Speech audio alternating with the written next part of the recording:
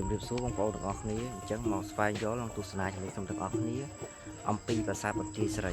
ប្រាសាទបន្ទាយស្រីមានឈ្មោះល្បីព្រោះវាត្រូវបានសាងសង់ឡើងពីថ្មផ្កាឈូកជាមួយនឹងក្បាច់ចម្លាក់យ៉ាងល្អិតឆ្មាររស់រវើកជាងគេដោយមានតួប្រាង្គ3ដែលមានសភាពល្អឆើតឆាយដូចស្រីគ្រប់លក្ខប្រាសាទនេះសង់ឡើងដីរាបស្មើមានរាងតូចច្រឡឹងដោយថ្មភក់ផ្កាឈូកនិងឥដ្ឋរាង4ជ្រុងទ្រវែងហើយមានគប់ទឹកព័ទ្ធជុំវិញប្រាង្គទាំង3នៃប្រាសាទសង់បែរទៅទិសខាងកើតហើយប្រាង្គកណ្ដាលមានតម្កល់លឹងព្រះឥសូរខាងត្បូងឧទ្ទិសថ្វាយដល់ព្រហ្មញ្ញសាសនានិងខាងជើងឧទ្ទិសថ្វាយដល់ព្រះវិស្ណុប្រាសាទបន្ទាយស្រីកាលដើមឡើយមានឈ្មោះថាឥសូរបុរៈប្រែថាបុរីនៃឥសូរប៉ុន្តែសម័យក្រោយមកទៀតគេហៅថាប្រាសាទបន្ទាយស្រីទៅវិញដោយសាររាងតូចច្រឡឹងនិងក្បូរក្បាច់រចនាដ៏ស្រស់ស្អាតនិងរស់រវើកនៅលើផ្ទាំងថ្មផ្កាឈូកមិនត្រឹមតែប៉ុណ្ណោះប្រាសាទនេះបានទទួលការកោតសរសើរ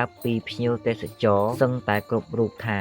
ពិតជាស្រស់ស្អាតទោះបីមានបរិវេណតូចចង្អៀតបន្តិចមែនតែទ្រង់ទ្រាយប្រាសាទលម្អទៅដោយចម្លាក់ផ្កាភ្ញីនៃរឿងរ៉ាវដែលតាក់ទងទៅនឹងលទ្ធិទេវរាជរឿងរាមកេរ្តិ៍ខ្មែរមិនត្រឹមតែប៉ុណ្ណោះចម្លាក់នីមួយៗសុទ្ធតែមានលក្ខណៈរស់រវើកបើប្រៀបធៀបទៅនឹងប្រាសាទដទៃតាមឯកសារប្រវត្តិសាស្ត្រអាណាចក្រខ្មែរបានកត់ត្រាថាប្រាសាទបន្ទាយស្រីកសាងឡើងក្នុងគ្រិស្តសករាជ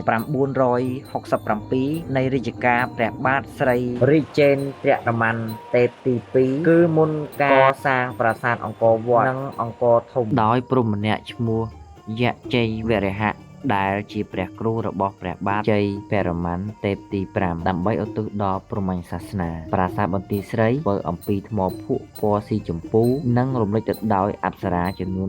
1500ដែលទេពអប្សរាទាំងអស់សុទ្ធតែខុសគ្នាហើយលើសពីនេះសិលាចារឹកផ្កាភ្ញីនៅលើប្រាសាទបន្ទាយស្រីមានក្បាច់ល្អលើសពីក្បាច់ចម្លាក់នៅលើប្រាសាទអង្គរវត្តទៅទៀតគឺដូចជាក្បាច់ដែលបានឆ្លាក់នៅលើប្រាក់លើស្ពាន់ដូច្នេះដែរបើតាមមកុទេសវិញក៏បញ្ជាក់ថាព្រះបាទស្រីជ័យបរម័នទេពទី5ទ្រង់ជាអ្នកកសាងប្រាសាទនេះដែលតាមសិលាចារឹកថាឥសូរបូឈ្មោះត្រីសុភមហេស្វរៈប្រែថាស្ពានព្រះឥសូរជាធំត្រៃភពប្រែថាបុរីព្រះឥសូរមិនមែនឈ្មោះបន្ទាយស្រីដូចយើងស្គាល់ទេប្រាសាទនេះមានកំពែងថ្មបាយក្រៀមព័ទ្ធ3ជាន់មានទីលានក្រាលថ្មវែងទៅទិសខាងកើតមានគោបុរៈប្រកបដោយក្បាច់វិចិត្រនៅចំកណ្ដាលទីលានមានរោងទងខ្វាត់ខ្វែងត្រឡាចត្រង់ចេញទៅខាងជើង1ចេញទៅខាងត្បូង3សឹងប្រកបដោយក្បាច់រចនាល្អវិចិត្រសពថ្ងៃបាក់ធ្លាក់អស់ហើយសល់តែ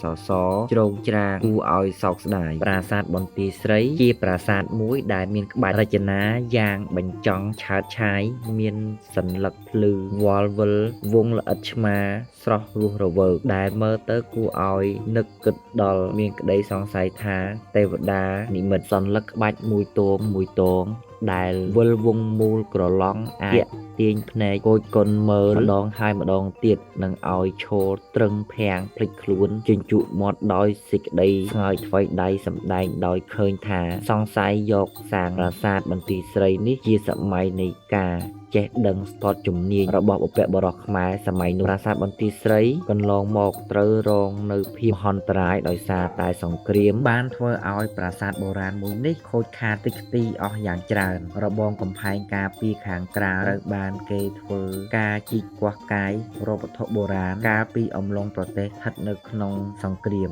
គំនរដុំថ្មប្រាសាទត្រូវបានទុករាយប៉ាយពេញមុខប្រាសាទតួប្រាសាទខាងក្នុងមួយភាគត្រូវបាក់បែកស្រុតដែលមើលទៅគួរឲ្យសង្វេគ